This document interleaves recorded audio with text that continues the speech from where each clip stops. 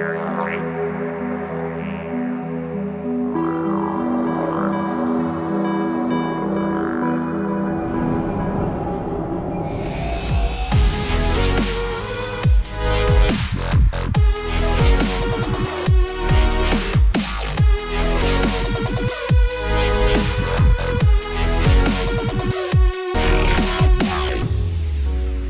folks, and welcome to the Encounters Down Under podcast. I'm your host Anthony Goodall, and I invite guests to the show to share their amazing encounters with aliens and UFOs.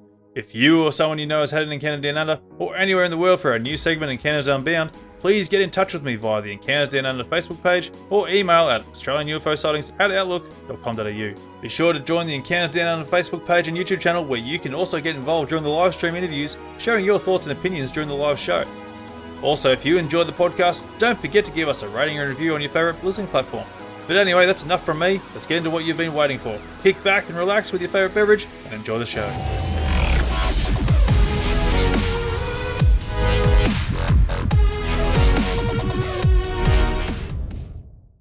Well, I'm back from another amazing weekend up at Cardwell at the Australian UFO Festival up far north of Queensland, and by golly, what a fantastic weekend it's been. This small, beautiful town there with breathtaking scenery surrounding this whole town there is absolutely wonderful.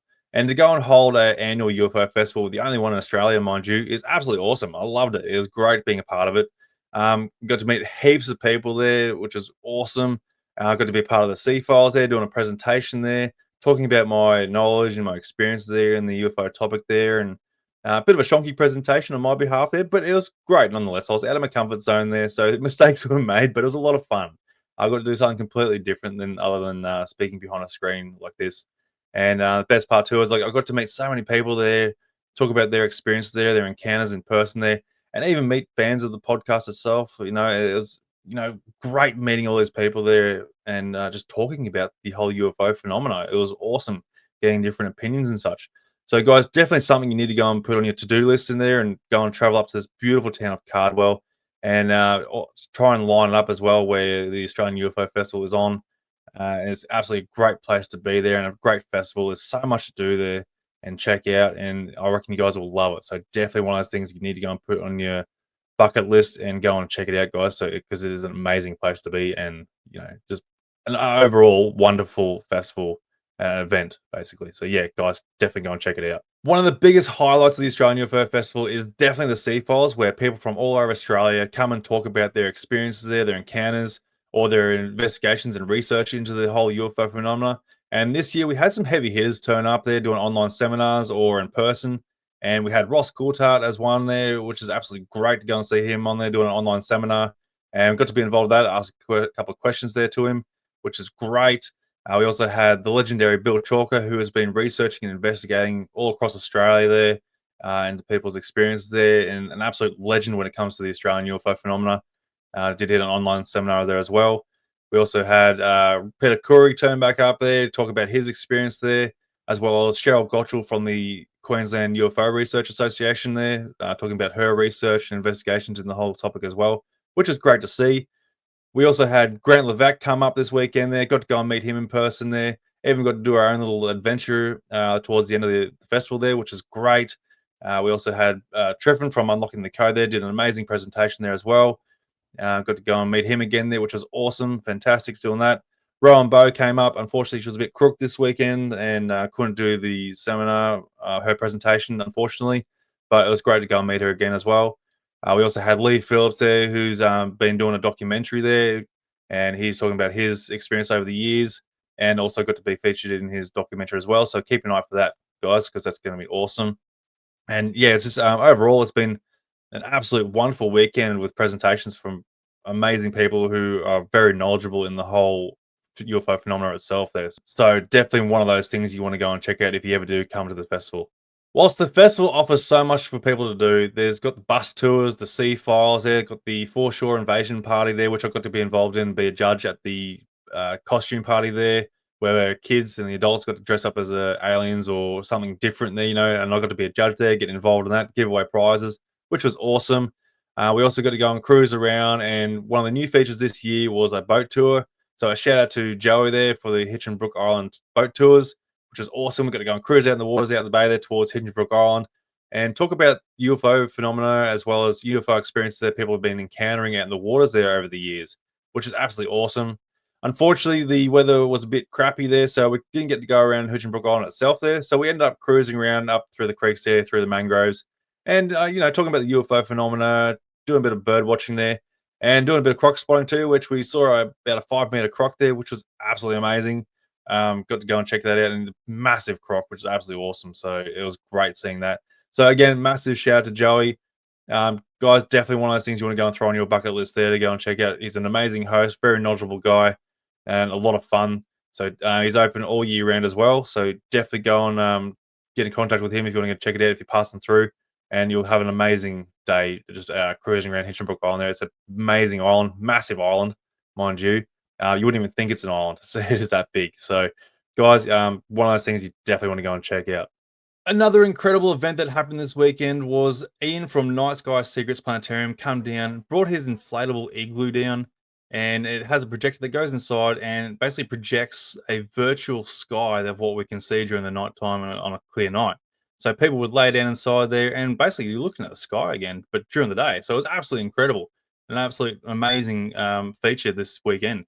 And later on that evening, Ian brought everyone out into the footy fields there, and we got to go and see what stars we could currently see. It was a full moon, and he was basically pointing out what stars are what, and we got heaps of beautiful coverage of what stars are out there. Heaps of satellites going over. We even had a visit from the International Space Station, which was amazing, which couldn't have happened at a better time. So it was absolutely awesome because people got to go and see that for the first time. And yeah, look, it was an amazing event. So shout out to Ian from Night Sky Secrets Planetarium, an absolute amazing event. So whilst it was tiring for me, running around the Hayless Truck there, trying to cover the festival and getting involved in it as well, it was nothing in comparison to what Thea and the volunteers have been doing. These people have been running around day and night, organizing this event, making sure it runs smoothly for people to enjoy, and can't thank them enough for having us there. It's been absolutely wonderful, again, being up there this year and just seeing how much work they put into this to try and, make it as best they can to the best of their abilities there. And like these guys aren't really getting involved in itself, like to enjoy it there. They're just working tirelessly, and you can't thank them enough and appreciate them enough for how much effort they've put into this whole festival this year. It was absolutely amazing. So again, thank you so much for having us and allowing us to be a part of this whole event. And I'm going to say on behalf of everyone who's turned up to the festival, thank you so much. You guys done an absolute amazing and wonderful job this year, and look forward to the next one. One of the best parts of this weekend was that I had Triffon from Unlocking the Code come up as well. And people who have been listening to the podcast for a long time now know that Triffon and we collaborate a fair bit together. And we bumped heads together there and figured, why not do a bit of a live stream there while we're up at Cardwell and, cover the festival there and get some people on the panel there as well and talk about the whole phenomena and as well as the festival. And so shout out to the Seabreeze Cafe who they accommodated us to go and set up a bit of a studio in the cafe. Definitely a wonderful place there. Awesome feed, awesome coffee. One of those places you definitely want to go and check out on your way through Cardwell. So anyway, massive shout out to Seabreeze Cafe. And thank you again for allowing us to go and set up. So we set up a studio in the cafe there, and we had Grant Lavac come on, as well as Leigh Phillips from Devilz Lane Productions. And we got to go and talk, and bounce around and have a great conversation there. We tried to do a bit of a live stream the first time there, and we had a great conversation there. But unfortunately, the internet wasn't that great, and no one could really see us or hear us on the first live stream there, unfortunately. So we decided to have another go next day, and we got 10 minutes in there. And unfortunately, that didn't work out too well either before the audio went to crap, and the internet just didn't want to hold up for us. So we decided to go and can the idea of a live stream there and just do a local recording so you guys can have a much better audio and video quality there when we share the content on our socials there. So guys, I hope you enjoy the content here. Don't forget to go and slap a like on this bad boy here, comment with your thoughts and opinions on the content, and share with your friends and family. And again, a massive thank you to everyone who got involved at the Australian UFO Festival there. I look forward to seeing you on the next one. There you go. All right, guys, enjoy. We are live. We are live. Good afternoon, Anthony. How are you, mate? Good, mate. Good. Triff, thanks for coming up to Cardwell with me, mate. Thank you, man. It's been an amazing. It's just been amazing. I don't know where I was going with that, but it's been awesome. It has been awesome. It's been busy. We've been flat out. We're knackered. Flat out tired. Yeah. we definitely should have gone to bed at least an hour and a half earlier than we did last night. Yeah, 2 o'clock. I think we went to bed. 2 o'clock, I think a few it was. drinks there. We wanted to enjoy ourselves. It's like, oh no, it's 2 o'clock. We've got to back it up tomorrow or Yeah, we today do. or whatever it is. Right? It's awesome. And But, look, mate, here we are in Cardwell. here we are, and we apologise for last night's show. We being in North Queensland, the Wi-Fi we're up and we're in. I think we're working. We're working. Actually, can someone let us know if the audio is please good? do. Please do. Please. Just a quick little note there because it should be fine. However, we've done multiple tests. Well, last night we had 2 awesome guests and we welcomed them back. Leigh, Grant, how are you, boys? Good. Hey, we're well. Sorry, before we get started, I'd love to give a massive shout out to the Seabreeze Cafe with Monique and Stu there for letting us use their cafe here. It's an absolutely awesome place. We had a feed here for breakfast this morning. Awesome food, awesome feed.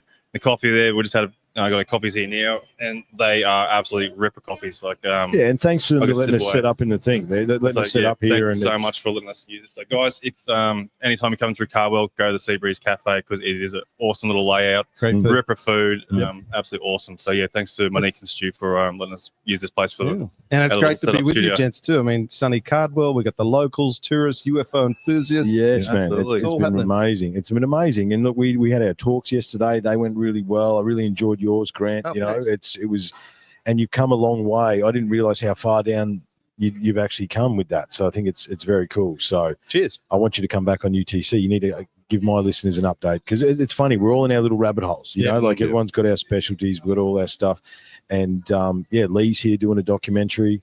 Yep. It's a pleasure to meet you, sir. And Nice to meet I you think guys. we've got we had an excellent show last night. We had a good show. Yeah, well, we had a good talk. Yeah, we had a great talk. No one else heard it, but it Audience of 4, that's all right. yeah, no, it was very good. So, look, where do we start? I think, again, thank you to Cardwell. Thank you to Seabreeze. Everyone's been so welcoming and open with their time. And I think meeting each other face to face is excellent as well. I think that's a big thing because, we're floating heads. Grant's only a floating head to me. You know what I mean? That's right. Yeah. It's like, so at least, Some random guy on the other side of the screen there. Yeah, that's right, exactly. So it's been amazing to meet you guys here.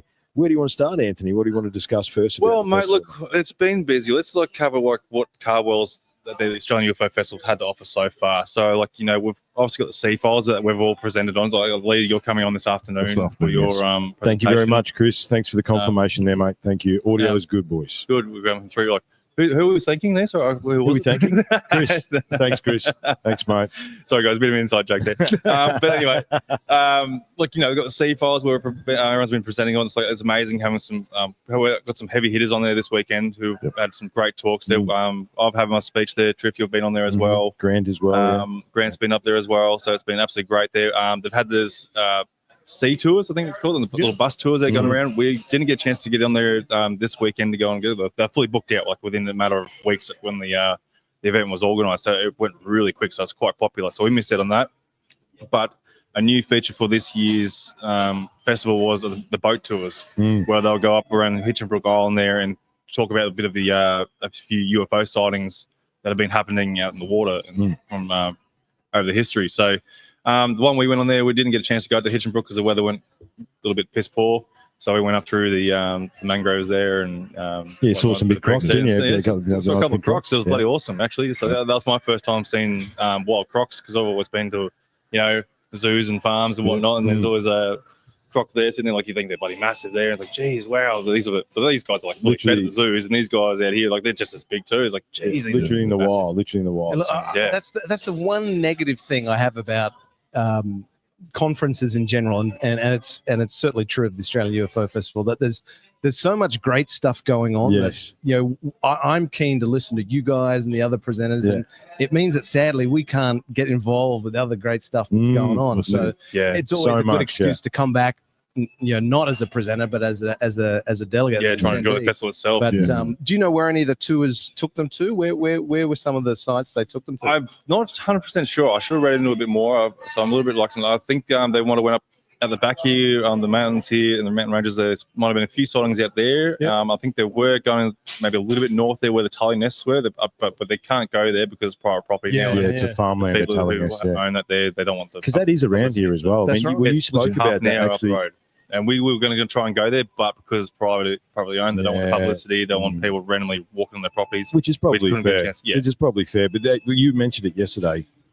For those that haven't listened to it, that Expanse series that the ABC did is amazing on that. Definitely recommend it. Anyone that wants to know about the Tulliness, ABC's Expanse season 4, uncropped, great series. Yeah, really good. And I didn't know that Cardwell has had its own myriad of sightings over the years. So that's obviously why they're doing tours. But it'd be great to be able to get along with it. So maybe next year. Then we had the foreshore party there last night. There, like we had the live DJ going on. We were dressed as Men in Black. There. Yeah, we dressed up as Men in Black there. I helped out judge the kids in the adult costumes there, and raised a few prizes there, which is good fun. Good to get interactive with the crowd there and whatnot. And, it's great fanfare for the locals. Oh, absolutely, they really good turnout. Yeah. It was absolutely fantastic. Yeah, it was good time. It was good fun. Yeah, we left there about 11:30 or something like that. Yeah, and a little bit dusty this morning. You went back just a tad.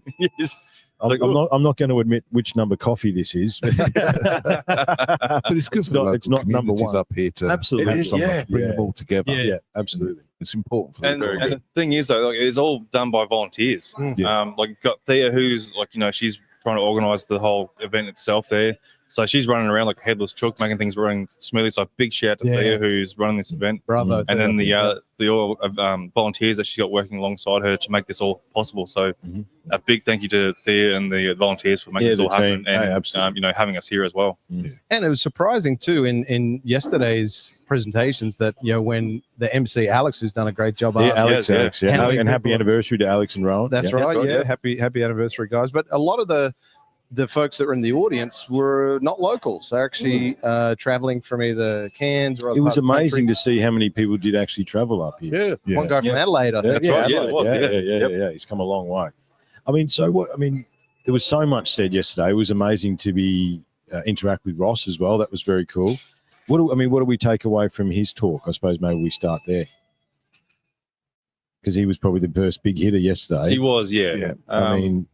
Well, so the question that I had for Ross, and we were privileged to be able to ask Ross some questions, and my question was for Ross was, Australia and the US are so close as allies, yet they couldn't be further apart on the UAP topic. So what does Ross think it will take for Australia to adjust its current position on UAP? What will it take to move the needle forward? And Ross, went into detail on, I think, stuff that he hadn't covered before, that there seem to be some real concerns at the moment that perhaps China has had greater success in reverse engineering technology. And that puts China at a significant competitive advantage to the US. And with the looming threat of China invading Taiwan, real concerns about, Australia is bringing a knife to a gunfight potentially. Yeah, Australia's lockstep with the United States on a defense initiative, and if we're pulled into a war with China and they've got tech that far supersedes what the US has, and Australia doesn't even know about what technology that the US has or has not, that's going to put us at a significant disadvantage. Yeah. So that's interesting. That's it. Well, let me ask you guys a question, and maybe we go around the room. And do you think we cracked anti-gravity, and when do you think we cracked it? I think we cracked it in the 50s. Yep. With Otis? Yeah, I'll go with that. Yeah. Okay. I reckon they cracked it late 50s, and I think Woomer and Maralinga had some part to play in it. Yeah. Because wasn't there, I think you brought it up ages ago when we were doing our little collaboration there, where they had news articles, they were like that's advertising the anti-gravity. The next big thing. Well, I spoke about Otis Carr yesterday. That was the second half of my talk, right? And technically, he was a protege of Tesla, and he created a UFO UAP in the late 50s, and it was confiscated by the US government, and he made it using the technology of that time. He didn't have to use any advanced technology. He used the 50s technology to create it. But I suppose when we talk about, do you think they reversed engineered the Tic Tacs? I mean, obviously Ross has copped a bit of flack recently for saying that Lockheed Martin actually owns the Tic Tac and it's their technology. Where do you guys sit with that, do you think? I'll let you guys have a crack at that one. I to be honest, I'm undecided, because it kind of threw me for six when Ross came out with that, because we've heard for so long that from first-hand witnesses, David Fravor, Alex Dietrich, Jay Stratton, who is Righto, boys. Third time's a charm. We are not live on Facebook and YouTube. We've had to abandon that. However, we're going to do a local recording onto my computer, and then we can distribute it through our YouTube channels. Grant, I'll give it to you. Leigh, I'll give it to you, mate, as well. Yep. Anthony, and then we can distribute it later. Yep. So we've started 2 conversations. And we had an excellent conversation last night. Audio didn't work because of the Wi-Fi. And we had excellent conversation about 12 minutes a little while ago, and that didn't work because of the Wi-Fi. Welcome to Cardwell. Yeah, welcome to far North Queensland. Welcome to far North Queensland. So look, for the 3rd time, and thank you very much, Cardwell. What an amazing experience it's been here. The people have been so welcoming. Thank you to Thea. Thank you to the Seabreeze Cafe. We're set up down here in the Seabreeze Cafe. The ambient noise and the dings you hear are people coming to get their lunch and breakfast and stuff. So, and an awesome coffee. Awesome coffee. Yeah. Excellent coffee. And just thank you to Thea and to Chris and to the UTC boys, Daniel, Braden, Brian. I keep mentioning this Chris fellow. Who is this Chris fellow we keep talking about? Stop it. No, it's no easy feat to organise a conference. So, yeah, absolutely. Kudos to Thea and everyone that's involved. Absolutely. It's been amazing. Yeah. It's and welcome to Leigh as well. He's doing the documentary, and we've had 2 really cool conversations. No one's heard them really, but we've not yet. Well, we hope at least heard something of it. Yes, yeah. Well, I think as we've said, and we'll try and pretend not to say as we've said before, but I think meeting each other face to face is the cool thing that's happened. Yes, and I think it's a lot of us. These guys are floating heads to me. It's awesome to meet you as well, mate, and. Well, let's pick up where we were talking, because I think we're in an interesting conversation. Just reiterate, Grant. So we're talking about Ross Coulthart, Lockheed Martin, Tic Tac, and the fact that Ross came out a few days ago and said that the Tic Tac owned the Lockheed Martin. And I agree with you. All, David Fravor, Grush, all that stuff, they've said that the Tic Tac was NHI. Is that yeah, well, and Ross did a great Q&A session yesterday on day one, and we've for me, for a number of years, Dr. Stephen Khoury has said, Tic Tac is Lockheed Martin. And then for Ross to come out and say that only recently on Need to Know that he does or did now with Bryce Zabel, that kind of, I think, blindsided a lot of us, because we've heard for so long from firsthand witnesses like David Fravor, Alex Dietrich, Jay Stratton during the ORSAP days with Bass. He did a summary or a brief on the Tic Tac incident. Bass did a 140-page technical summary, scientific analysis of the Tic Tac incident, and it's all pointed towards something that is not human. Yeah, it was all. It was. It's we not our thought it was NHI, exactly. Yeah, and then so for now Ross to be in that Lockheed Martin camp, it's just very, very interesting, and you kind of don't know what to believe, what not to believe, and we would all love to see evidence. We would love to see more information come to light, but that's the frustrating thing about this topic is you're constantly like a needle, a barometer. You're leaning one way and then you lean another way, and it's very hard to stay neutral on this topic, which we all try and do. We try to. I mean, Anthony's question was really good to Ross yesterday, and you got Ross Coulthart to swear. I'll give you that, man. That's great. It was great. He got very defensive on that one, actually. I didn't mean any disrespect by it, but it is frustrating, on the UFO community's behalf. That we want answers, and we're sick of all these claims that they know things but they can't share it with us, sort of thing. And so I asked the question, what's stopping you with coming forward with all the evidence and naming names and backing up your claims and all sorts of stuff, and just throwing these people under the bus and mentioning them and throwing them right out in the open, and giving them no option to go and back out from whatever these claims are, as long as the evidence is there. And he got a little bit defensive on it. He goes obviously we can't give away sources and stuff like that, and protecting people and whatnot, because people's lives are at stake when it comes to that sort of claims and stuff like that, which is fair enough, I know, but there's got to be a point too though where if you know something there that's in regards to national security and someone has the answers there to go, hey, look, this is actually something that is, say, NHI or something that an adversary, call them out, going, hey, this is something, know the answers to this. Why are you being so secretive on this and not just telling us what the answers are that we need to know? And look, and I think it was a good question, because a lot of people have that question, and I don't think it was disrespectful at all. And I think it was a good question because It's the frustration we all feel. It's a frustration we all feel, but also in Ross's defense, a lot of people don't know the golden rule of investigative journalism, which is you don't put out information to the public domain that could jeopardize a source or the way in which you interact or sources and methods. And you know, to Ross's credit, and also to folks like Michael Schellenberger, you know, who kind of was behind the Immaculate Constellation reporting, irrespective of what one thinks of it. To their credit, they've never revealed any information that would jeopardize their source. And whilst that's incredibly frustrating for us as folks that are interested in this topic and want to know more information, you know, we're constantly torn because we want that info, but we can also respect their obligation to protecting their sources and methods. But on the other part of that too, like they're reporting this, what they've found and all of that without giving up sources too. Like, but then you look at like Jeremy Corbell and George Knapp and then Stephen Greer, and they keep dropping these cliffhangers on us there. And like, what are they trying to achieve out of this? Like, but because they're not really giving us too much, but like, are they monetizing off this or trying to make some sort of show out of this? And that's where it becomes a bit of a circus for the whole UFO community, because we're trying to find answers here, left, right, and center, and no one's really giving us real definitive answers on anything. And I think what we spoke about last night, and Leigh, you were speaking on this because you're a videographer, you've done a lot of video stuff. We can release. Well, what we spoke about, the fact that, you know, less than 24 hours, we got 4K footage of the bombing in Iran. And they didn't let us see nothing they didn't want us to see. You can blur things, you can take things out. They could provide good quality video evidence without revealing sources and methods if they chose to. Exactly. Yeah. And I think with modern day technology, there's no excuse, especially the gimbal videos, etc. Yeah.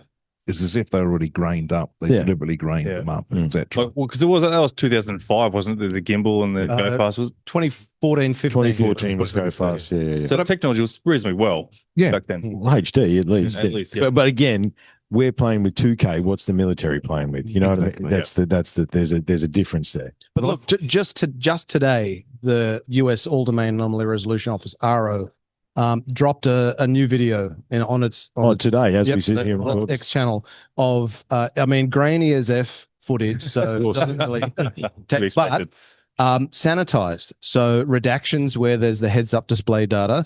And so to your point, if they can release video footage and sanitize it, where is the high fidelity, high resolution stuff that we keep being promised? And we've been told about that exists. I mean, you only have to listen to Hal Puthoff when he was on an interview with Jesse Michaels and Eric Weinstein some years back.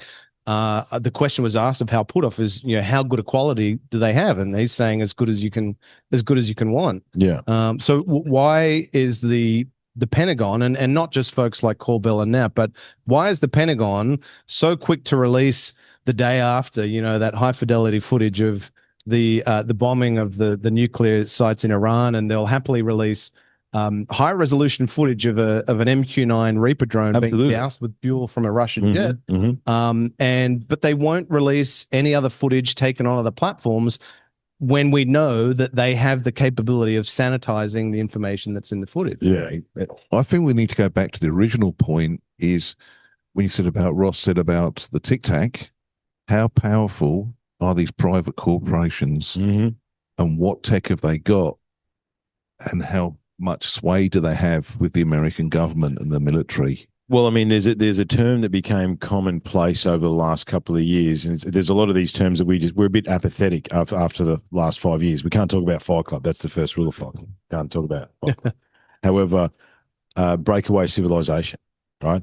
In preparation for reviewing the talk that I gave yesterday about Otis Carr, I re-listened to my old episodes. That's the handy thing about having a podcast. You want to cover a topic, just go back and have a listen. All my studies already done.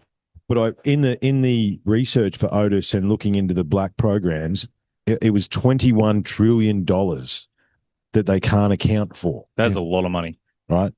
Breakaway. That if you needed money to create a breakaway civilization, I'd say 21 trillion might do it. Yeah. You know, I mean, how do you even fathom that amount of money, right? A million, a billion, a trillion. There's that much. How much money missing? No, it's not trillion. Sorry, I think it was 200 and No, it's trillion. It is, So I remember it's 21, isn't it? 21 trillion. It was in 2000 and Was it? No, it's 2.1 trillion. yeah, 2001. Donald Rumsfeld 2.1 trillion. said in a public statement that the Pentagon cannot account for 2.1 trillion dollars. Yeah, that's and I mean, how do you not account for that amount of money, taxpayer money? And what happened like the next day or 2 days later? 9/11. 9/11. Yep. And that money's still missing. Yep. I mean, where do you lose 2.1 trillion? It's not under the couch. You know? And all the questions that should have been asked following on from Donald Rumsfeld's statements are then locked in the news cycle because of 9/11. Because of 9/11. Yeah. And then, I mean, and again, look, you talk about high fidelity video. We got high fidelity video out of Iraq and Afghanistan for 20 years of combat. Exactly. Right. I mean, look, probably one of probably the only really good bit of footage I've seen released is this Mosul sphere, because that's pretty high resolution. The sphere that runs across the ground. Oh, You've seen that one? That one's not bad. That's as far as footage is concerned. But again, these guys, I agree. Corbell, Knapp, these guys could release it with sanitized and not release sources. So let's dive on that. So what do you think is the reason why high fidelity footage, if it can be sanitized and released, why is it not being disclosed? I reckon it's going to be some sort of like control. Yeah. Whatever they know, they can't release it because obviously the years that they've been trying to hide this technology or any like sort of integrations with any sort of NHI or anything in regards to this sort of topic, they're just trying to hide the control of that and trying to, I guess hide it. And because there's a lot to be accounted for, like, you know, with their investigations, like people have gone missing, you know, families have been threatened and all sorts of stuff. You know, the list can go on. People have been killed over this. Yeah, exactly. So yes, I hear a lot of drip feed disclosure. Views I've been filming this weekend that it's almost a drip feed because they're not sure how society will handle the whole thing. That was my point. It's like what we don't understand is that we live inside a bubble, right? We've got our own rabbit holes. You've got your show, I've got my show, you're doing your thing. We overlap. And because like attracts like, we hang around and speak to a lot of people who are like, yeah, let's go. You know, we want free energy. We want the technology. But again, we can't talk about Fight Club. However, we saw in the last 5 years, there's still a vast percentage of the population that will walk lockstep if they're told to, right? Yeah. That still are attached to the old way, that are entrenched in the system that has been created. I think it's control. However, you got to follow the money as well. Like, I think that's the big part, right? They are making so much money out of the current technology stream that we are on. And I think the other thing too is, how do you explain that? Oh, sorry, we cracked anti-gravity in 1957 and we just decided to, you know, destroy the planet and take all your money for the last 60 years because that made us money. You know what I mean? It gave us power. It gave us control. And as much as I again, thank you for making Ross Coulthart swear. It was awesome. I do agree with his journalistic integrity. However, at the same time, what's the point? Why are we doing this? Right? It's like, yes, he can't. I wonder with a guy like that too, how many, because you've got to filter out certain people, don't you? I mean, what is real, what is not, right? I mean, I want to have you on and talk about paranormal stuff, by the way. I want to go back. Okay. What I found when I've been filming or when I did research for the film, the amount of people will tell me stuff, but I won't go on camera. Even this weekend, I've had people say, I won't go on camera and tell you this. And it seems everyone seems to have, or the people I've been around have always said they've got something they won't put on camera. And it's frustrating, and it's causing a societal frustration. Is that they'll give you a tidbit, and then, but I won't acknowledge that I said that to you. Yeah. And then if you did say anything, you've broken trust. So it comes back onto you as a moral issue. Yeah, and it's frustrating, you know. But what I found, it's the same with the ancient civilization stuff. It's the same with that as well. I can't tell you the secret. I know the secret. Yeah, but I can't tell you this. And Ross has been good for that. Like, if I could tell you what I know now, yeah, that's the frustrating part. It's like that's where it irks everyone up really bad, and like because everyone just wants to know the truth. Yeah, and it's the cliffhangers are the part that annoys everyone. So, what do you gents think? I don't know where I quite sit on this, but the potential counterintelligence value that the UAP topic offers. For example, if the Pentagon was to release high fidelity, high resolution, sanitized footage of something that is truly extraordinary, the whole maxim, you tell your friends, you tell your enemies. So if they do release footage of something that points to something that is non-human, that's not ours, then does that then give China or Russia motivation to say, well, we need to really ramp up our espionage efforts to find out what the US has on its books. Tell your enemies. On paper, that makes total sense. However, if you do a little bit of digging, Russia and China have their own sightings. There's a whole that all redacted files out of Russia in the 90s, the UFO stuff. China's all over it. I mean, it's in South America, and like France has their own. I know you spoke about the French; they have their own program. It's not like this isn't going on all around the world at the same time, and it looks to be a race to actually decode it. However, yeah, look, I can see why they would make that a reason. However,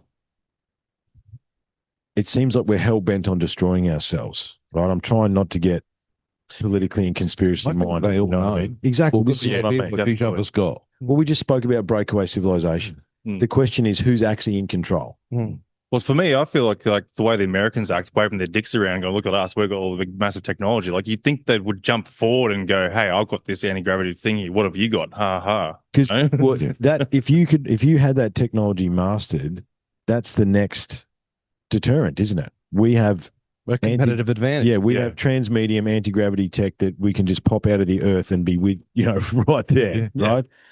So on the flip side of that, though, like, and this was what I found very interesting during Ross's Q&A yesterday, is that, he spoke to how his sources are telling him that now China has made significant leaps and bounds, than the US has on reverse engineering. He suspects that they're ahead. He suspects. So he's saying China now has the competitive advantage. So that kind of then goes in the face of that argument of, well, tell your friends, tell your enemies. If China's got the competitive advantage, then US is behind the eight ball, and that includes us as Australia, who's an ally and Five Eyes partner. Well, that is true. And and Ross's point was that we're about to spend $400 billion on submarines that don't work. $500 billion for outdated tech. If they've got exotic, but the thing, I didn't want to send him down a rabbit hole with a question about that, because weren't the Collins class submarines a waste of time too? Didn't we waste untold billions on those as well? Yeah. And so originally Australia had an agreement with France. That's right. So to get out of the agreement, we had to pay France $900 million in compensation. So almost $1 billion of taxpayer money has been wasted already. And now we're spending $500 billion on these Virginia class nuclear attack submarines. So are we, and to Ross's point, are we investing, is Australian taxpayers footing the bill for lemons, for technology that doesn't exist? Yeah, absolutely. Leigh, you were going to say something then, mate? I forgot what I was going to say. That's all right. I was thinking you better say something, but yeah. Well, I mean, we've spun down a bit of a different rabbit hole. A question would be, Leigh, like, where do you sit with this discussion we're having about technology? Do you think that releasing it would be good, bad, or ugly? Where do you sit? I think society has become very controlled and manipulated by these world governments. I think they treat people a bit like lemmings and keep them in the dark. We saw how everyone complied with the COVID restrictions. Without question. Yeah. And to me was like a big social experiment. Absolutely it was. They were gathering data for sure, yeah. The way they control it is they control the narrative, and it's frustrating, and it's a few people. You hear people talk about the gatekeepers, and they talk about a handful of people. Yeah. I think that all the countries involved, Russia, China, America, they've all got a very good idea of what each other's got. Yeah. Yeah. And I think at a higher level. Yeah. And it's a race to the bottom is what they're doing. And one of the reasons I got into making this film was they've got all this amazing tech, which we know they've got a lot of it. And they deny they've got a lot of it. And they're using it to kill people when they could be using it to cure cancer. Exactly. Alzheimer's, with the scalar stuff and all that stuff they can use. And you hear people talk that they've done experiments that can actually stop cancer, Alzheimer's, it can blow the molecules apart and that. Absolutely. Yeah, they're using it to kill each other. And it's just sad. It's ridiculous. It's literally a race to the bottom of who can build the biggest and nastiest weapon. Yeah. And when you talk about control too, like, you know, we've got the social medias there that sort of keep us locked into our phones, and that's controlling the narrative there on that regard too. And then especially when we start looking into the UFO topic and stuff like, or even any other topic regarding the world wars and whatnot, whatever gets shown up in our feed there, like, you know, we're getting doom locked in our phones, they're scrolling through them, we'll be coming across like bullshit articles that's not relative or true to what they're trying to, you know, make a point of, or especially like you know, fake videos of UFOs, people trying to make claims on that sort of stuff, and they got AI coming into it as well. It's becoming really hard to sort of decide on what's real and what's not these days, what's coming through as truth or not. And you look at with experiences with which we deal with, how would a society, first thing they say, call them kooks, lunatics, tinfoil hat wearers. Well, correct me if I'm wrong, Leigh, but didn't you originally go into this one trying to disprove it as well? Yeah. I was very skeptical. 2 years ago I was up here, and then when the experiencers walked on stage, I walked straight to the pub because it wasn't believable. Then I had an experience, a private mental health experience that carries a lot of stigma, and I saw the way people didn't know how to interact with me. That made me think, hold on, what's it like for these people that have had a secret for 20, 30, 40 years, and the way they get people react with them, which gave me almost an epiphany. That, hold on, I know what it's like when people stop coming around, stop calling, they can't look you in the eye. So what is it, someone who's had an experience 30, 40 years ago, what it must be like every day you're trying to tell someone this is what happened, and the stigma is so great. And that's why it's important when we do this film, is that we get these people's stories out there, that they're average people that have extraordinary experiences, because it could be anyone. It could be anyone you pass in Coles, Woolworths, the high street you work with. You know, and there's so many people keep quiet. I have people that say, oh, I'll call you when my husband's out. You know, or they'll put the phone down, or my wife just walked in, or my partner said, if I keep talking about this, they're going to walk out the door. These are real things. This is really what happened. This is what's said to me. One lady said, I'll talk to you when my husband's at bowls. Or I had a woman, it's really, my partner's so patient, because she said, I only talk to you if you're in a room on your own. I had to go down the back of the house. And it sounds funny, but she was petrified of anyone hearing what she had to say. And well, I think a traumatic experience is a traumatic experience. And us as observers, I've never had an experience like that. We've heard a lot of stories about it. I've had some trippy things happen, but nothing like that. And it would be hard to describe it. And I think there's a certain PTSD that comes with that. And there's a certain stigma that's attached to talking about that stuff. And it comes back to control as well, because, well, when we were up at 1:30 in the morning last night, and we watched Sunrise talk about the rocket thing, and they had the X-Files music playing in the background all the time, right? So they're always attaching the stigmatism, they're always attaching the lunacy to it. However, you know, again, part of the other research, that's actually a psyop that was created by the CIA, right? Mockingbird, right? Exactly. It's literally, you can look it up, and it's like to control the social media, to control the narrative, and to control and all that sort of stuff. That's what they've been doing. They've been experimenting on us for a long time.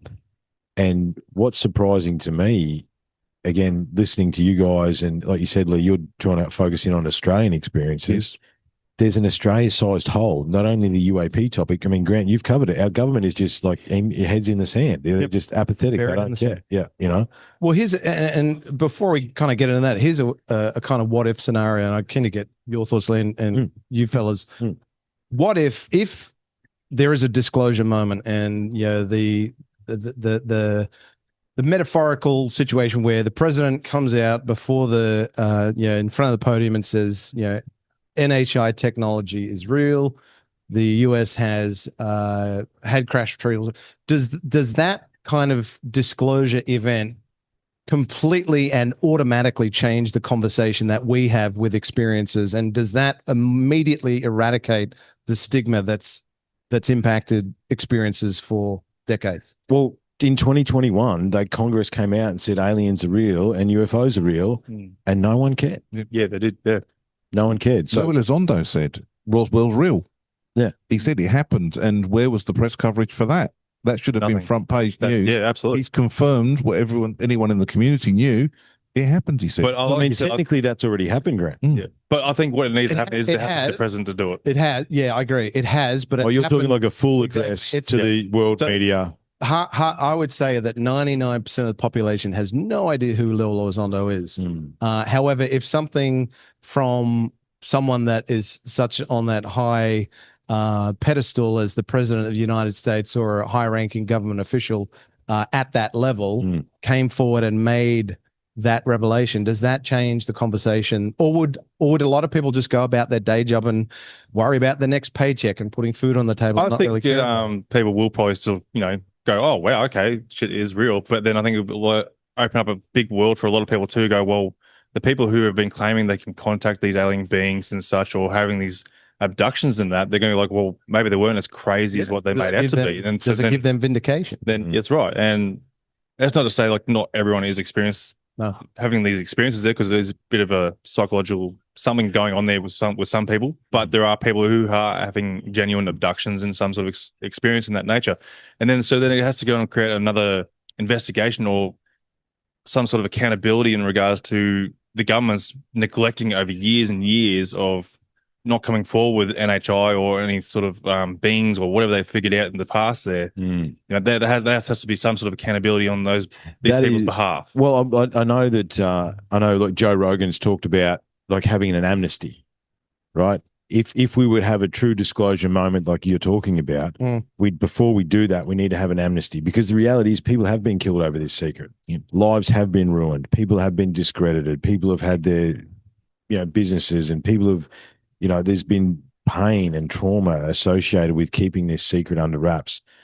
But would everybody be okay with that amnesty is the other question. Well, for me, you hear me in my talk this afternoon, I talk about societal disclosure. Society, not just us. What time did you talk, mate? 4:30, I think. Okay. Society's got to want disclosure. If the majority have got to want in the community, say enough's enough, we remember we're in a bubble. Yeah. We live and breathe this all the time in different forms. That's right.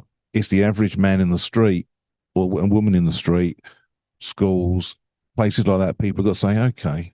And that's the attitudes that we need to change to make them more aware, to put pressure on governments to disclose. Because at the moment it's a very small group of people, really. Even though the figures in all the polls, so like the Roper poll in the 90s shows that 4 million people in America could have had an experience, how many of those people are willing to put their hand up? Yeah. And that's where it's got to come from. Yeah, so it's like you said earlier, like, people are stuck in their old ways. And so once we get past the narrative of religions and the control of that sort of side of things, and like we sort of are a little bit, I feel, breaking away, as we're not very religious orientated these days, not as much. Well, science is the new religion. Yeah, and we're sort of breaking away from that sort of religious stigma. And I think over the years, I think we will sort of be a bit more open with the new generation. Like, the ideas that something is out there, that, like, especially now, like if we're getting taught or told that the NHI is actually real and they're aware of it. So I'm hoping this new generation will come forward and start asking questions about this a lot more.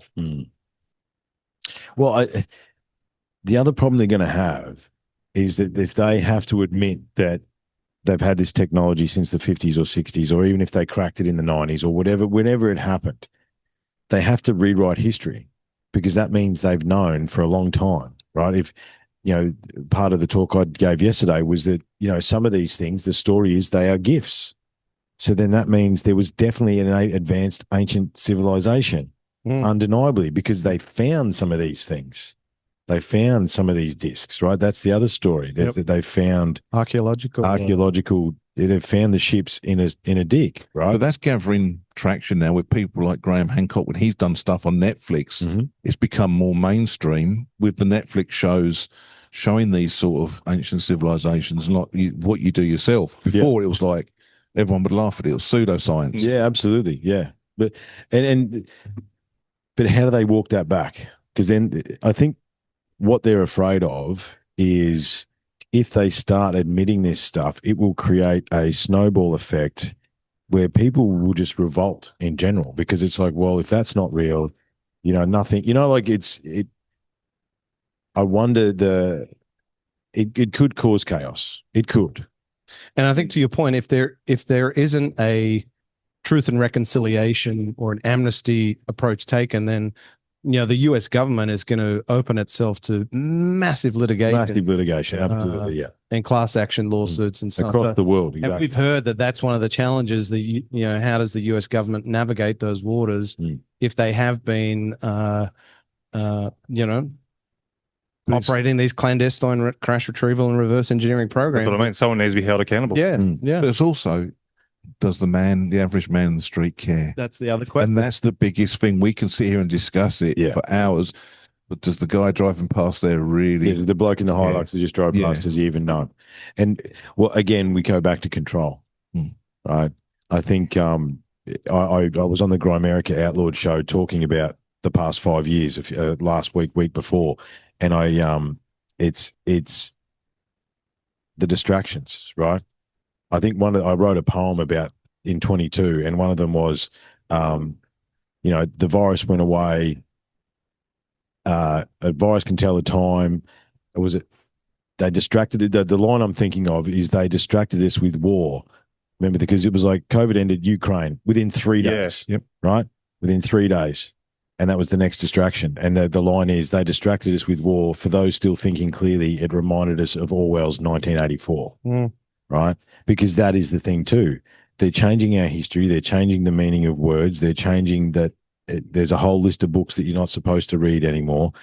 That they rose the price of everything. It's like everything's so much more expensive. Why? There's no actual reason for that to happen, apart from whoever's in control of the dollars and cents decided that that's what was going to happen. Yeah. There's no reason for it. No, there wasn't. Right? Absolutely not. No, What's society done about it? Nothing. Everyone's just sat there and let it happen. Exactly. You look at what's on the TV at night. It's McDonald's for your brain. It's rubbish. Yeah. It's so they've had such a control for so long, and like you said, no one's complaining about it. No. So will there ever be a true paradigm shift, do you think?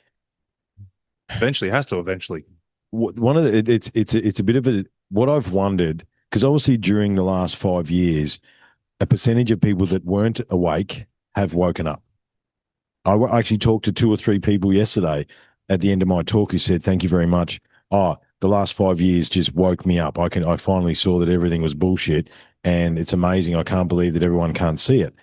So yes, the last 5 years has woken people up. The problem is the rest of the people. What kind of event does it need to be to wake them up? It's either got to be unbelievably catastrophic or unbelievably profound. And the problem with the topic that we're dealing with, UFO, UAP, what's that? It's Bluebeam. You know what I mean? Like, that's Project Bluebeam. They create a distraction to say that there's aliens in the sky, and it creates a one world government. Yeah, I found too, everyone is sort of becoming a bit more aware and awoken in regards to its governments and that. But I find that now a lot of people are becoming a bit too awoken and thinking everything's a conspiracy. This is the problem. Yeah, this is the problem. Those of us that have been in the conspiracy, I remember when I was a weirdo for being a conspiracy theorist, right? That's how long I've been a conspiracy theorist. Remember when it was weird? Yeah. Whereas I think we're up 50-0 now. And now it's trendy now, isn't it? Yeah. Talk about it now. Before it was like no one would go near you. No one going, I was a conspiracy theorist before it was cool. However, it's the event would have to be so mind-bending to wake the rest of the population up to out of the Monday to Friday 9 to 5 3-dimensional. But I wonder whether or not there's those of us that aren't supposed to as well. Someone said to me once, who is controlling it? Is it the NHI or is it the governments? Or is there a deeper state than the Someone said government? to me once, and there were none of any real relevance in the field, but they threw one back at me when I was researching, going, but what happens if it isn't the governments that control it? Maybe it's something higher up that controlled it. And it was like, that's a different way. There was, like I said, there was no one special, no one that was in a secret organisation. They just had a throwback line at me. It was like, well, there's a point there. They could have a point. Mm-hmm. Yeah. Well, what was that lady's name? The spheres that she seems to think there's 50 to 100,000 spheres that are in low Earth orbit. That those spheres drop in and out. I can't remember her name. But yeah, Beatrice Villarol. She's just done some groundbreaking research on these. Ross talked about it briefly in his Q&A yesterday, that they've found. I think she calls them the term transients, where these these telescope plates from the 50s have recorded 70 to 100,000 specular objects, and then in plates that are taken 50 minutes later in a long exposure are not there. So does that point to defects in the plates? Does it point to the question of, well, maybe we should try and dig deeper and see if this is something that is truly anomalous? That the interesting thing about Beatrice Villarol's work is there seems to be a correlation with these plates being in the 1950s, in 1952, around the exact same time that the Washington DC flap happened. Yeah, that's right. And her research, I think it's in preprint publication, so it's yet to go through a formal peer review. But Ross recently did a Q&A with her on reality check, so it'll be very interesting to see what traction her research takes. Didn't a lot of those plates get damaged from that time, from the 50s? I don't know enough about that. Well, they lost the technology to go to the moon, so yeah. But now we can go to the moon with our phones, Yeah, that's right. We still haven't gone back yet. Well, and now apparently they're wanting to build nuclear power plants on the moon. There's this discussion that they're wanting to have a base for a nuclear power generation on this. So, well, let's go there. Right, we're at the UFO festival. Do we have? Okay, so let's paint it. Let me paint a picture.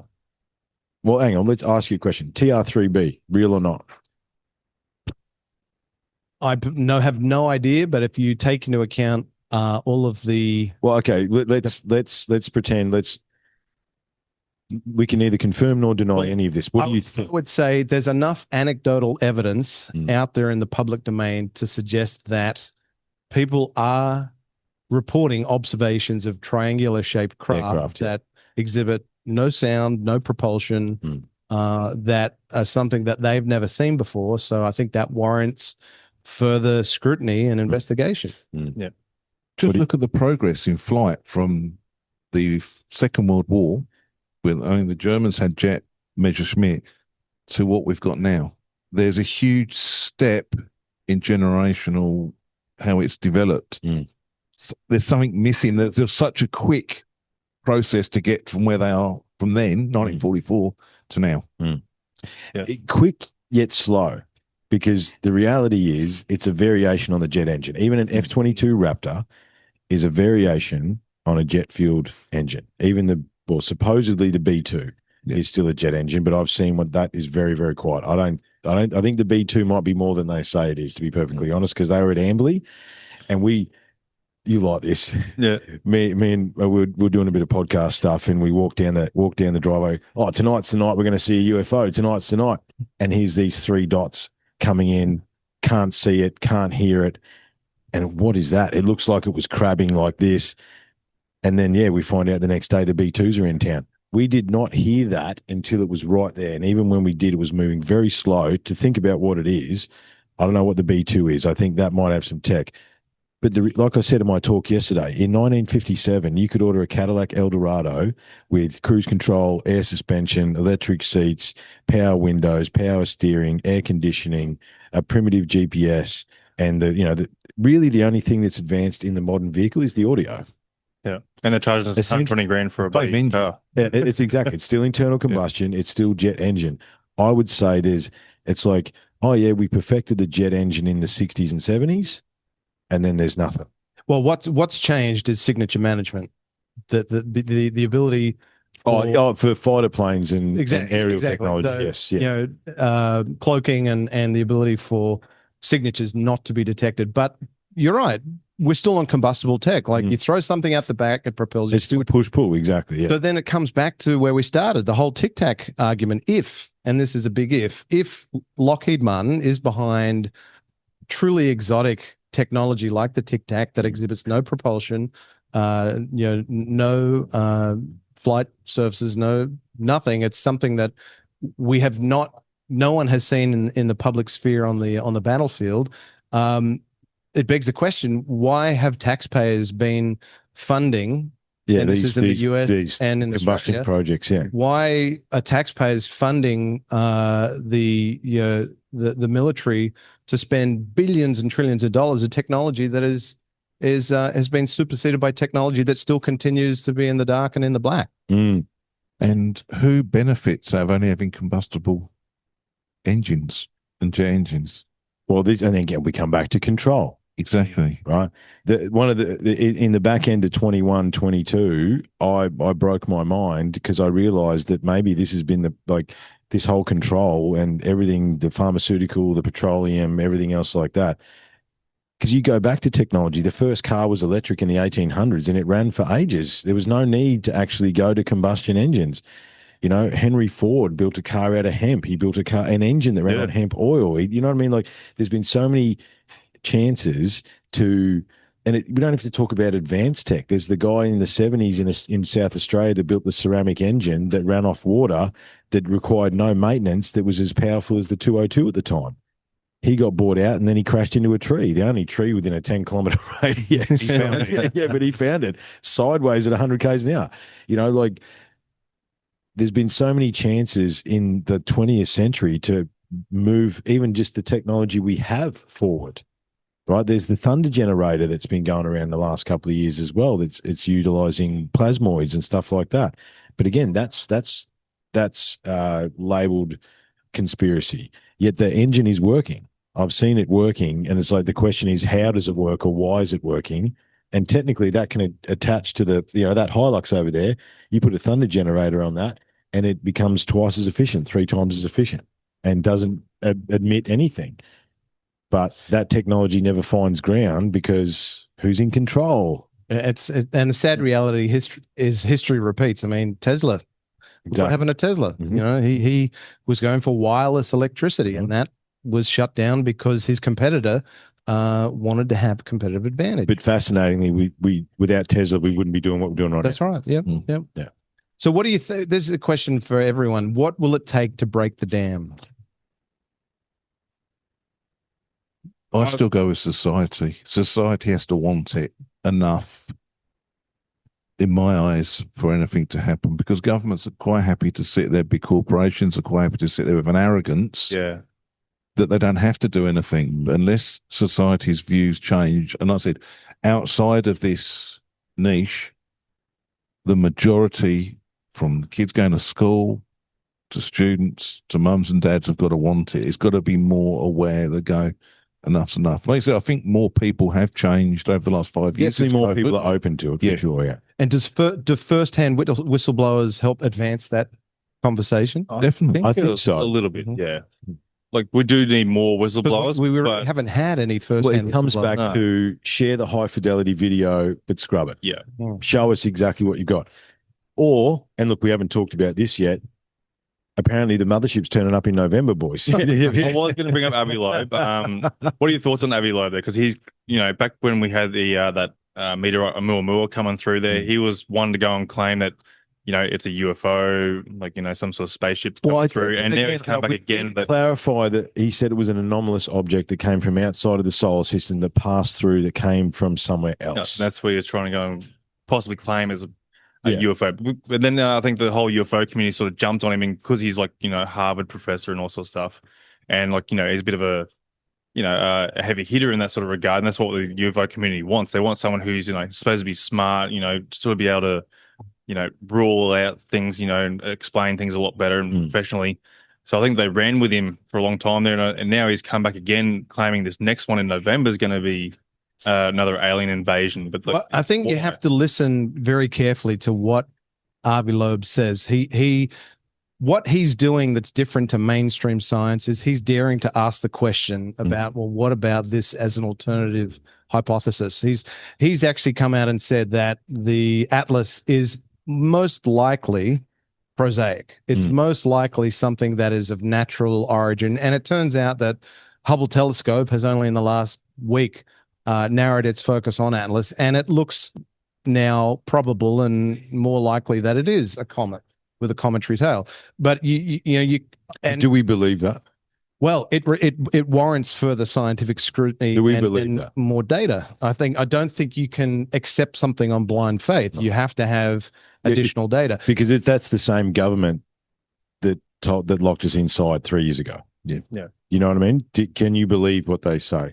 So from a conspiracy perspective, I haven't seen that the Hubble pointed it at Atlas. I haven't seen that yet. From a conspiracy perspective, over the last 12 to 18 months, there's been an undercurrent of there's something coming. There's something coming towards us. And people have labeled that the start of Blue Beam, right? That's what they labeled that. And now here we are. It's past Jupiter and it's on its way. The only thing that I heard about the Atlas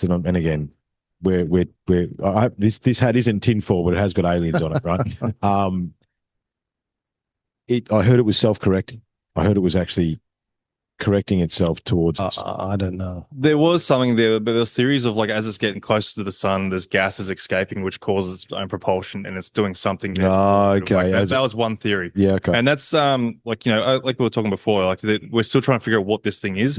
And when it comes to people like, say, Avi Loeb trying to claim it could be extraterrestrial or something like that, does a lot of damage to, be the scientific community or even the UFO community, because this was the conversation we had at 1:30 in the morning. There's not enough evidence to go and try and claim alien. Like, we shouldn't, like, as I've mentioned a lot, we shouldn't be calling things out alien. Shouldn't be throwing the alien card out there so quickly before we, be a bit more analytical and critical on something there. It was too quick to go and judge and throw it out there and saying alien. I've got a question though. How do you engage the general public? Because a lot of the guys like hypotheses, theories, data, science. The young lad playing his PlayStation at home couldn't give two shits about that. And he couldn't. That would send him to sleep. I know he would be going like, good on you, Dad. Yeah. We need to find a way to engage the general public. Then people seeing very, very intelligent, very well qualified scientists there and data analysts. That would send the general public to sleep. There's got to be another way of looking at it. And the unfortunate thing that's happened over the last 5 years is that we've lost our trust in a lot of science as well. Institutions, yeah, we lost there is a greater lack of public trust today than I think there has ever been. Yeah, absolutely. And look, I don't know what, to go back to your question, Grant, I don't know what would tip the scale short of them, visiting us at the, pulling up at the wharf, like if they are out there or they are ultra terrestrials or they are here with us, unless they actually reveal themselves, then I don't know what would change it. And my problem is I shudder to think what the event would be to actually really shift the perspective, because it could be pretty bad. Yeah, I'm in agreement with that. Like president sort of coming forward or every government leader around the world coming out there and saying, yes, we have NHI technology, or we know something is out there. That'd probably be a good break. But also, I've said this before too, they literally need to go and land on the front doorsteps of every single government in the country and going, hey, look, we are here. G'day. Let's have a beer and go and have a chat, and this is where you're going wrong, or, whatever they need to talk about, But I suppose, okay, let's pretend that we're pretending that we're human. We are the aliens now, right? We've got our Earth pass. Would you choose America? Who would you choose to actually reveal yourself to? That's why I say they need to go at the same time, every single different country. Yeah, you think so? One in Canberra, send a whole heap of ships out. Righto, we're here. Yep. And we've been here the whole time. That would have to be it. Will there be a true the day the Earth stood still moment? Yeah, exactly. And do you think there would be mass panic? I think it would be 50-50. I think you'll have, once, and let's say this happens 10, 20 years from now, I think the baby boomer generation will be gone. Yeah, they're passing through. They're past, and that's a very different that's a very different mindset to what Gen Y and the current generation has. So I think if something was to happen in the next 10, 20 years, I think you'll have a cohort of the population that is very accepting of the fact that we're not alone in the universe. It's statistically improbable that we're not. And then I think you will have the cohort of those that are heavily embedded in their faith, that it will either come as an ontological shock to their belief system, but then for others, like for example, the Latter-day Saints, the Mormons, who already have a belief that's in their doctrine, alignment with their belief system. Scientology, I suppose, as well. Somewhere along the lines. So I think it's going to be a mixed bag. Do you think? Well, okay, let's pretend it's the humans that are in control, and it's just nasty, psychopathic, narcissistic, seem to be pedophilic, crazy people that run the world. Are they going to release control? I mean, one of the memes I've loved over the last few years is like the aliens are going to be super confused when they rock up saying, we're here to take over and we're all stoked to help. It's like, yeah, what do you need? Yeah, let's go. Yeah, what do you need? Yeah, is it better where you are? Let's come. You know what I mean? Pick me. Yeah, because our distrust, even if that did happen, I wonder what because it seems to me that they're hell-bent on trying to push us into World War III. That's my observation. It seems that way. It seems that way. From a certain, depending on how the next couple of years go, history will dictate that World War III has probably already started. If you think about World War II. At the beginning of the beginning, yeah, right? It's, it's certainly in the background. And they would probably say Russia invading Ukraine was the start. And you hear media already pushing that narrative. They're already pushing that narrative. They have been for ages. That catchphrase keeps coming up more and more in the mainstream media. Yeah. But why is there a need for it though? What are your thoughts on we don't have why to do we turn up. need to have to go to World War III? We don't. This is the whole, and I wonder whether there's a delusion. Because look, I know some guys that are in the army. Let me tell you, the Australian army is in shambles because they adopted all the woke stuff, right? Through the DEI bullshit. They put that in the Australian military. And it basically, and anyone worth their salt decided not to comply during COVID, and then the rest left because of the woke stuff. Yeah. Right? That's the reality. Most militaries around the world are in shambles. They want to start, especially from a Western perspective, if they want to start World War III, you and whose army, mate? Because, I mean, I don't know about you boys. If they gave me a call and said, you need to come and fight World War III. Up yours, I'm not going. No, is the answer to that question. Is there a risk that... And do you think, sorry, just to finish the thought, do you think the 18 to 25-year-olds that you've met recently, are they going to go? Oh, no. That's what I'm going to say. Is there a risk of the draft being reinstated? And if it was, would you see a mass revolt?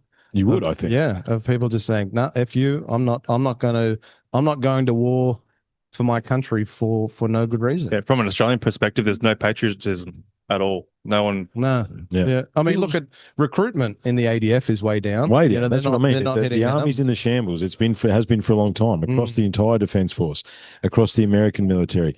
And I suppose what I've learned is 8 years as a podcaster, I've spoken to either through email or I've had people on the show everywhere across the world. And we join together on these thoughts, on these topics. These battle lines, culture, color, creed, religion, are all bullshit. It doesn't actually matter. We're all humans on the same big blue ball hurtling through infinity. And my experience through teaching and my experience through the podcast is that most people are cool. Doesn't matter where they're from. You can find common ground with any person. And I think if we actually truly understood that, like, I don't want to go to some other country and shoot some dude. He didn't do anything to me. You know what I mean? And we'd probably, if I talked to him for 5 minutes, we'd probably sit down, we're having a chat, having a beer, like, learning from each other. And like, I wonder, there's not the same, and it has to be a hell of an event for us to decide to, I don't think we have the hatred, or I don't know. I'm losing my, do you understand what I'm trying to say? Yeah. You know, it's too laid back anyway. Like, we don't care. Well, we're like problem too, though. That is a problem too, though, because we're under an immense amount of control. Yeah, but we've always been like a bit of a known for a laid back sort of country. regarding everything. But until something really pops up that affects us, we still don't want to do anything about it. As we were talking before, we're inflation's going up there, but yet we don't do anything about it. We just go, oh, right, cool, no worries. Yeah, we're definitely bad peasants. Yeah. Well, you see... No, we're good peasants. We're good peasants for them. Yeah, that's right. Especially when you look at the political issues in England and Europe at the moment. Yes. And it's no different in Australia, but what's Australia doing? When I come over here, you gave up your guns so quickly over Port Arthur. It was an excuse. Not saying that wasn't a tragedy, but you guys are very relaxed, laid back, unlike the Europeans who'll have a protest. The French have a protest over anything. Yeah, that's right. And Australia's very laid back, which is a good thing in a way. It's why a lot of us guys come over here, but also something might pass you by and it's too late. That's right. We allow things to just happen when we probably shouldn't. Yeah. And what's interesting is that when did COVID stop? When 1 million people turned up at Canberra. Because every person was at Canberra, there was 10 people that wanted to be there. And they knew that. Literally, if you that the march to Canberra was in January or February that year in 22, they let us out in May. The protest grew and they went, oh, we better stop now. We better stop. Yeah. And that was like around the whole world. Around the whole world. The protest went, this is all bullshit. Oh, yeah, no, we're going to war again. And it literally happened in the same week. People don't remember, but it literally happened in the same week. However, the thing about Aussies though is that, and I wonder whether that's still the same. Like our generation, cool, we're all cool and laid back, but you push us into a corner, that's not a good idea, right? Right? No. Yeah, be cool. Everyone's cool. But if you make me get up off the couch, then whatever happens next is not my problem. You know what I mean? Well, I mean, compliance is a double-edged sword, isn't it? It's both a blessing and a curse. But if we bring it back to NHI, say there is World War III, it's full-blown, it's assured mutual destruction without a doubt. If what we've been told is true about NHI, will they intervene? Being attracted to the nuclear, us playing with the matches, and we start lighting the matches, will there be an intervention? Yeah. There always has been talks, though, when, with the governments, US or Russia or whoever it is, has been very close to pushing that red button there. And then there's always been talks of, some sort of strange object coming there's close a whole to these sites to that stuff. And turning off all the switchboards, everything that cut off the launch of the nuke. There's a whole raft of that stuff where the nuke's been switched off or it's been destroyed, and that's UAP, Tic Tacs, or even those spheres sort of. So, boys, now would be a good time. Yeah. G'day. Sure, Hello. Well, lads, I think we're the cafe's starting to close up here. Yeah, we're approaching an hour, and you got to talk to prepare for and all that sort of stuff. At least we got this episode out. It's a shame it wasn't live, but we got this episode out. Would have loved it. What I'll do is, like I said, I'll give it to you, Leigh. You can use it whatever you like. Thank you. I'll give it for Unexplained Rundown, EDU, UTC. Look, gentlemen, I would really. Unfortunately, we live in different places in the world, so the next time we do this will probably be over Zoom or remote. However, let's get back together. I like this energy. Absolutely. I love this conversation. I think we need to continue it. And as I said, Leigh, I would love to help you promote the documentary in any way, please, mate. I'd love to hear some of your paranormal stories. Grant, you're coming back as well. Oh, happily. Have you some? Yep. Yeah. Well, what me and Anthony spoke about, Grant, and maybe Leigh as well, is that there's a lot of people that can't be here that didn't hear our talks. Yeah. So maybe what we could do is host on each other's platforms and deliver our talks that we gave here at Cardwell to the rest of our listeners around the world. Good idea. And then we can share alike. It's like, okay, we can make it a special. Yeah, this is, Triffon and Anthony delivered at Cardwell. You can chuck it on yours. We chuck yours on ours. You know what I mean? Make it, definitely. And do a bit of collaboration in that way, because there was the talks are really cool. The information was amazing, and I think more people need to hear it. So maybe we'll talk behind the scenes and get that done. Absolutely. It's a pleasure, gentlemen. Lovely to finally meet you boys face to face and spend some time. And thank you again to Cardwell. Thanks for having us. Yeah. Thanks to Chris. Oh, he's gone. Thanks, Chris. Before we get done, Leigh, are you open for people to go and contact you and get in touch with you as well? I'll give you my details and you can add them underneath. Oh, no, plug it now, mate. Plug it where people. Plug it now, and I'll put a link in the chat. You can go to Devilz Lane Productions, DevilzLane Productions @gmail.com.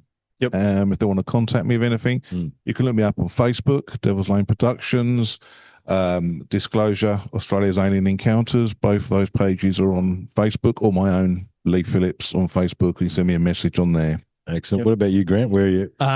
So podcast, The Unexplained Rundown, YouTube and Spotify. I'm most active on X in terms of engagement, so just at Grant Lavac. If you want to pop me an email, grantlavac@protonmail.com. And happy to answer anyone's queries.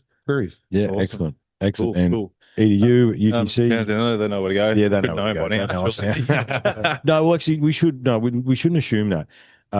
Because we're going to have a lot of new listeners after Cardwell. That's true too. So if you want to reach out to me, unlocking the code, the number 9 at gmail.com. If you want to, any topics, please get in touch with me. I am going to get some more shirts because I sold out pretty quickly. And it's your email. Yep. So Canada's Down Under on all the socials there, Facebook, unlocking the code, Facebook, Instagram, YouTube, Spotify, iTunes, where you can listen in, tune into, do a lot of live chats on there, so which is good because I like interacting with the live. But also reach out to Australian UFO sightings at outlook.com.au. Get in touch there, or via the Facebook page, whichever suits you. Awesome, guys. Well, again, pleasure. Yep. And I think I'll see you next year. I don't know about you guys, but it's going to be should hopefully be here. Come back. And again, another massive shout out to Seabreeze Cafe there, to Stu and Monique here for having us here again. Like an absolute setup. Perfect. That's great here. Yeah. And there's someone else I think I need to go and thank.